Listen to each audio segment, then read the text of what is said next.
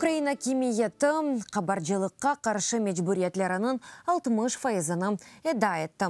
Бұл мәліметні қабаржылыққа қаршылық меркезі ашкар етті.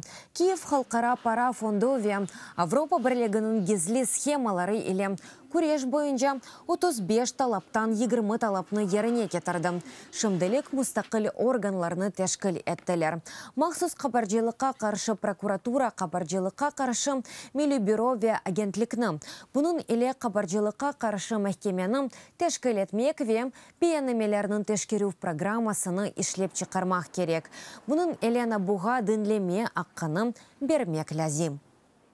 Украина иснетларының кечерілмесіне бұйық Малиеве ярдымыны елді етежек. Қабаржылық или күреш esas мәселелерден бірі. Четіл шіреклері үшін қабаржылыққа қаршы талапларының еріне кетірілмесі пек мұйым. Кім неге сәйіп болғаныны алемаш керек қайд етмек ве Украинада сатын алуларының исняты біздің талап еткенлерінден зиедедір.